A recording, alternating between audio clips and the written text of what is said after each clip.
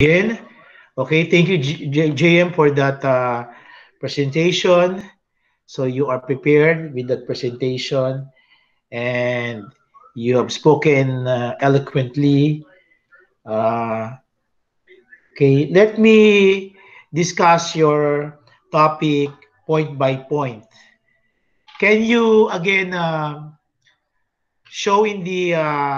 Can you first present again the first slide so we can see the topic of Okay discussion, po, sige po. JM?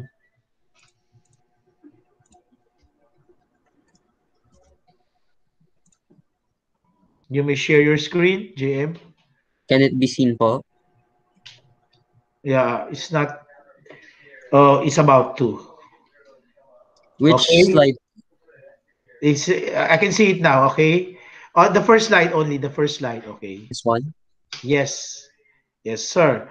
Human persons as oriented towards their impending death. So the class is philosophy. So you dealt with three philosophers, namely Friedrich Nietzsche, Martin Heidegger, and the other one is can you I cannot pronounce his name very well. Soren Can Kierkegaard's po? yeah, can you show the spelling of his name here in can you move your slide so I can see it? Yeah, Soren Kierkegaard. Kierkegaard. Okay. Okay, go back to the first slide. Thank you. So, uh, from my knowledge of these philosophers, these are atheists. You know, atheism from the word atheism. They don't believe in God. They're atheists, like the communists. They're atheists. But these philosophers are very brilliant and wise. Though they are atheists, they don't believe in a God. They don't believe in the Christian God, in the Jewish God, in the Christian God, Jesus, and the Holy Trinity, and in the Muslim God, Allah, and in the other gods, the polytheists. We have the atheists, the non-believers. We have the polytheists. These are who believe in many gods, right? Like the Hindus and the Buddhists and the ancient Chinese, the Confucianists, the Taoists, and we have the one who believe in a single God. This is the monotheist, because I taught philosophy before. Monotheists believe in a single God, like the Christian God Jesus and the Holy Trinity as one God, and the Jewish God Yahweh, and the Muslim God Allah. So these are atheists, these philosophers. So we see their background as they are non-believers. So they only think death as its end. Okay, can you move the next slide, JM? And the next slide, please. Okay, here. So you mentioned about there is a fundamental tension between science and religion in defining and explaining death. If ever they can explain death logically or not. Of course, religion is full of fiction, and religion does not talk about death in terms of scientific thinking or scientific method. Religion is about the mysteries, it's about the esoteric, the unexplained, the supernatural, the higher order of things. While science can explain that by the scientific method, and you know the scientific method, you have to observe, you have to make a hypothesis, you have to measure, analyze, interpret, and make a conclusion and recommendations. Okay.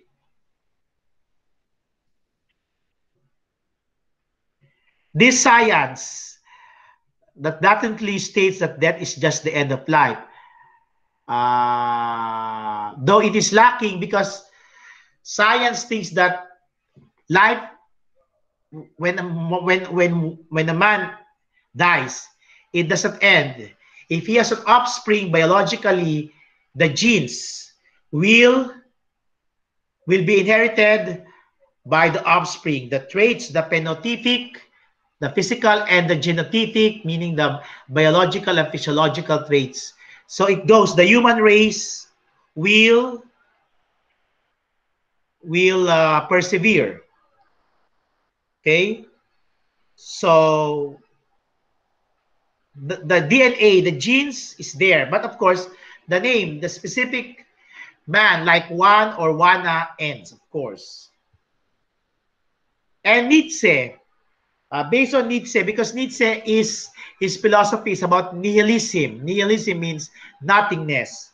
He's the most weird of all the weirdos of atheistic philosophy, of philosophers. Okay, so there is in science. There's also two contending debates, whether life and nature and the universe was predestined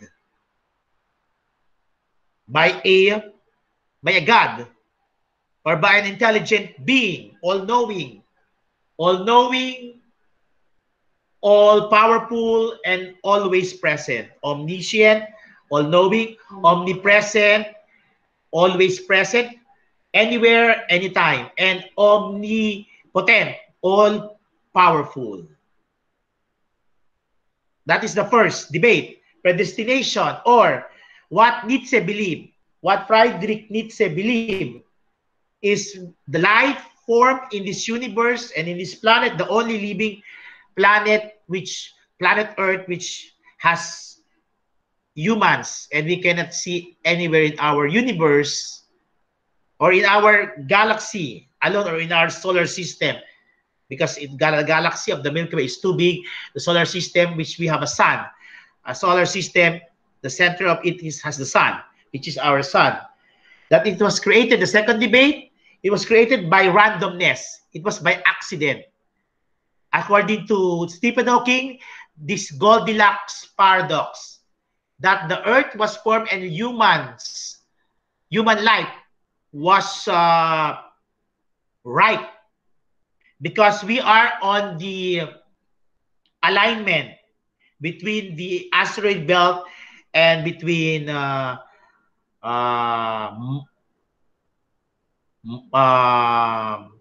Mars, that we are not, it's not too hot. If you are in Mercury or Venus, it's too hot.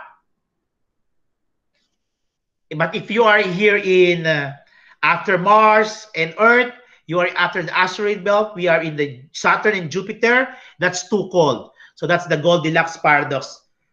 That life was possible because of that paradox. So he believes that our world and our universe is a random act. It was created by nature by accident. It could be the Big Bang Theory. There are many theories on how the universe and the world was created by nature. So Nietzsche is leaning on the randomness debate, not on the predestiny debate. Okay? So that is why, that is his thinking. He does not believe that there is a God that predestined everything. That is why everything is in order. Look at our bodies. We have the skeletal system, the muscular system, the nervous system, the endocrine system, the reproductive system. Every organ and parts of our body are intertwined. One cannot live without the other. It was logically functional and created. Who would think that this was randomly established if not there was an intelligent being? Of course, it will be far-flung that intelligence being, they will say aliens or the UFOs have created the human beings before, long time ago. Okay? That is far-flung now because we have no evidence. But going back to my premise that It was impossible. I don't believe in Nietzsche about his theory of death, that there is no life after death. Maybe I'm a Christian, a Catholic, but I will deal with the I will deal with these philosophical arguments that it's impossible that this world and universe was created by a random act by the nature when everything was perfect and in order. Look at our body. We have a brain. Why did God put our brain on the head, on top? Why not under our feet, under the sole of our feet? Because that's the brain.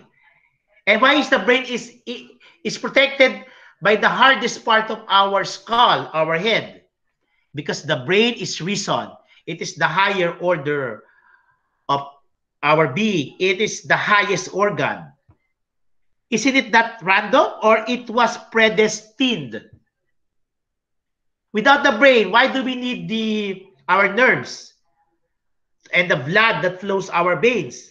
And these veins will have to be pumped by the heart and through the lungs that we breathe air and the oxygen that we need so that our blood will circulate and then heart will pump its heartbeat so we will have life and our nerves will function towards the brain and the brain is the command center and he will or it will command every organs and systemic of our body to function as well. Isn't it random or it was predestined? I leave it up to you. Okay? As you are grown up already. Okay? So that is my first case. And by the way, Thomas Aquinas already made a proof of God's existence. Thomas Aquinas, Saint Thomas Aquinas, that God is the prime mover. He is the prime being and the cause, the first cause. He was not uncause. He was the first cause. He was not an effect, and everything was an effect. So there should Thomas Aquinas philosophize. He's also a philosopher, and he's a doctor of philosophy, a doctor of the church. That there must be a prime being. There must be God is the first cause, the prime being, the prime mover, the first cause. Without it, all life and non-living things cannot exist. Okay? So that is the explanation of St. Thomas Aquinas that God really exists as is the first mover, the first cause, the uncaused cause, and the prime being. Okay? So I reject Nietzsche. I reject Nietzsche on his concept of death. Okay. Then did you know, class, there are many theories of death. Some are fiction, some are non-fiction. Of course, the Bible, the Christian Bible is famous. But you know the Bible. You know it. You know the New Old Testament from Abraham to Noah to Moses, and then the New Testament, Jesus Christ. You know it.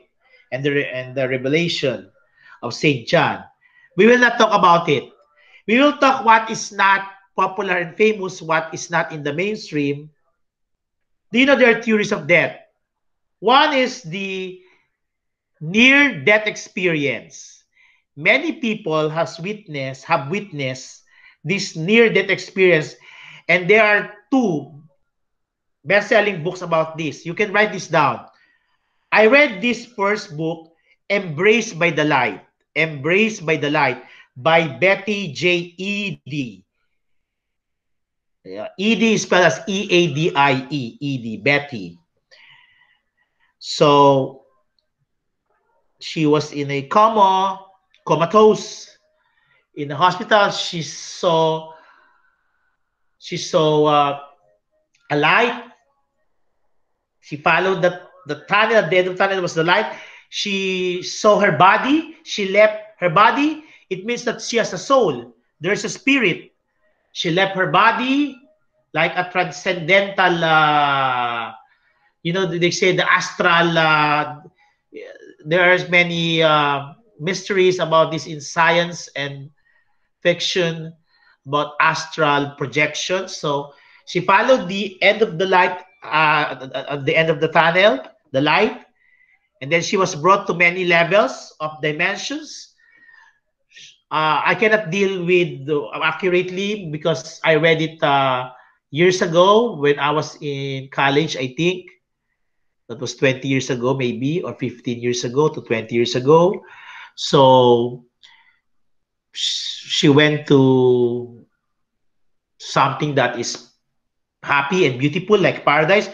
She saw angels. She was brought to something in a ship or an airplane, like there is a Saint Peter who holds the key in heaven, and you have to pass on him, and before you go to paradise or heaven.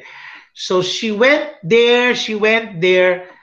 Uh, she met many people like angels, but at the end of her journey, it was not yet her time to die. There was a mistake. It's like that. So she was commanded to go back. So she came back, and then she just wake up, and she's already healed like that from a comatose. Okay, that is the personal experience of Betty J. Edie, author of the Embraced by the Light, New York best-selling book. However, let us see. People will not believe her. Oh, she was just like saying that they see a UFO. They were brought by aliens, experimented by them, like that. They are crazy people because she has no authority or expertise. However, there's another book to prove that there is near-death experience. The title of the book is Proof of Heaven by Eben Alexander. And Eben Alexander is here in Virginia, where we are. We are in Virginia. I think his wife's taught, and he's also a professor of medical science here in Virginia. I forgot the hospital here. So Eben Alexander experienced also a comatose. What is different from Dr. Alexander from Betty J. Edie? Because Eben Alexander was a neurologist. For after some minutes or an hour, I forgot already. Actually, I'm not finished reading the book. I'm half of it. Now I'm interested to finish reading the book. What I read about the before I bought the book, I read some promotions or background about this book of Eben Alexander. He was a neurologist, and he can prove that his near-death experience, that there is life after this death, is real because he studied the brain. He knows that after we die, the brain is dead. After we die, after our heart stop beating, because that is the last cause of death, cardiac arrest, or our heart stop beating. The brain is still alive for, I think, 6 minutes or about that. So Eben Alexander knows that because he is a neurologist. He knows about the function of the brain. So what he experienced, he believed really happened. And there is no doubt about it. Before, he was a skeptic. He does not believe with life after death. He does not believe as a scientist and medical doctor. He does not believe in near-death experience. But after experiencing this, when he was in comatose, I was reading the book, he was suddenly feeling sick, and he told his daughter or son, and then suddenly his wife, they saw he just fainted and just dropped on the floor, unconscious. So he was brought called 911, is brought by ambulance to the hospital. He is a medical doctor, even though he's not in control of his life when it's your time to die. So after experiencing the near-death experience, he remembered everything. He wrote down this book, and he believed in this book. It has become his living testimony and his advocacy that life exists after death. Okay? So we believe, and Dr. Eben Alexander, a renowned neurologist here in Virginia, USA, he can attest to that because he experienced that near-death experience. And he can explain that. I'm not finished reading the book, that he can explain the near-death experience based on his neurological science, which I have to finish. Okay, reading. Okay, so those are the theories of death. And then, of course, there are the fiction books like Dante Alighieri's, in literature, the Divina Commedia, or Divine Comedy of Paradiso, Purgatorio, and Inferno, or Heaven, Hell, and Purgatory. Uh, I know it's in your curriculum in college, in high school, literature. I took this in high school. So you're familiar with Dante Alighieri's Divine Comedy, okay? So there's the concept of heaven and hell. And there's a movie called Flatliners. When we die, our brain still functions, and we will go back to our memories of our childhood, and those memories of tragedy and happiness, like that. So because in Flatliners, if you die, these are students, medical students, and they experimented. If you die before you are resuscitated, CPR, so the brain still function, still alive, even you are already flatline. Because I told you, this is based on in neuroscience. If you get a flat line, you're dead, but your brain's still alive for about 6 minutes. So you can revive a patient, you can revive the dead within that period through resuscitation, through electric shock. So in that minute, you're experiencing near-death experience according to this movie, but it's a fiction. Then there's a Ghost, the movie Ghost. It's a famous because of Demi Moore and Patrick Swayze, Mr. Dirty Dancing, Patrick Swayze. And there's a concept of heaven and hell, of course.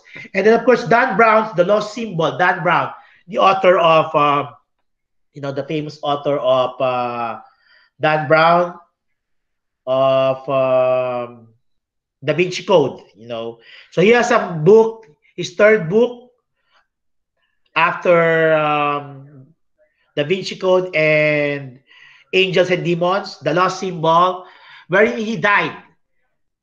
He got a flatliner. He was drowned to death, but he still lives. His brain lives for 6 minutes because it is based on science that even if we lose our heartbeat, there's cardiac arrest already. We die. We got the flatliner because our heart is not anymore pumping blood, but our brain still function. We are still alive for 6 minutes. You can be revived within that period by resuscitation. So according to that was The Lost Symbol, the main character is Dr. Professor Langdon. So for 6 minutes, he was alive, and he has to get back. He has to fight to go back. Okay? So this is also fiction. Okay? So these are theories of death that we cannot just reject. Especially Dr. Eben Alexander's Proof of Heaven. Okay? Now, 5 minutes. The existentialism of Kierkegaard, that he, from Soren Kierkegaard, that is everything, for the word existentialism, existence, that is based on, he based everything on reason. If you can explain it, it must be real. From the word existentialism, what exists is real. What doesn't exist is not real. So God doesn't exist. God is dead. God doesn't exist. Like Nietzsche, they're atheists because they cannot see it. So these are empty empty explanation or thoughts because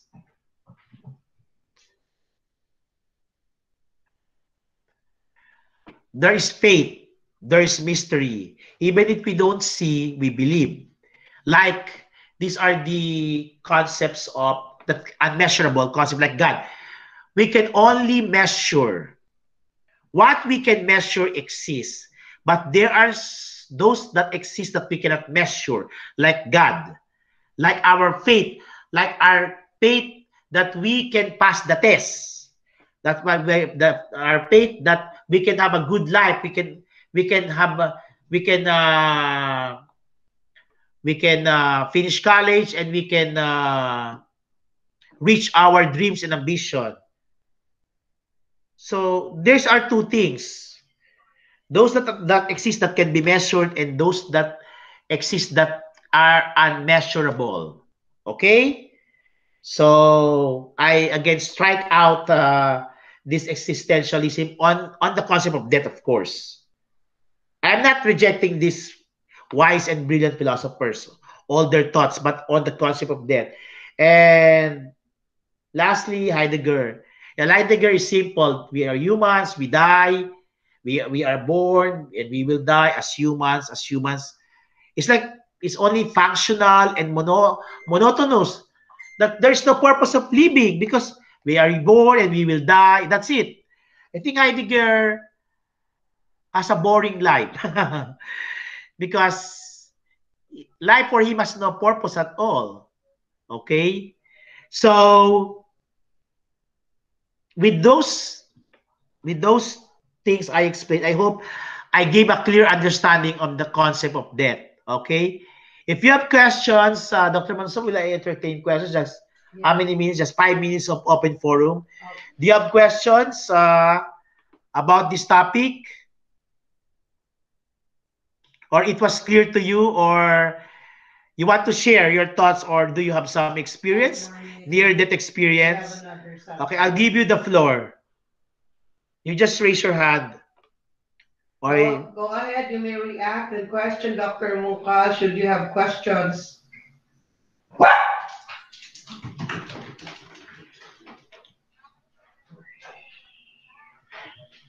did you understand the topic? Can you see thumbs up? Okay, there are no questions. I think it was clear. Okay, Yes po. thank you, JM, our reporter today. Okay, thank you for inviting me, Dr. Manungso.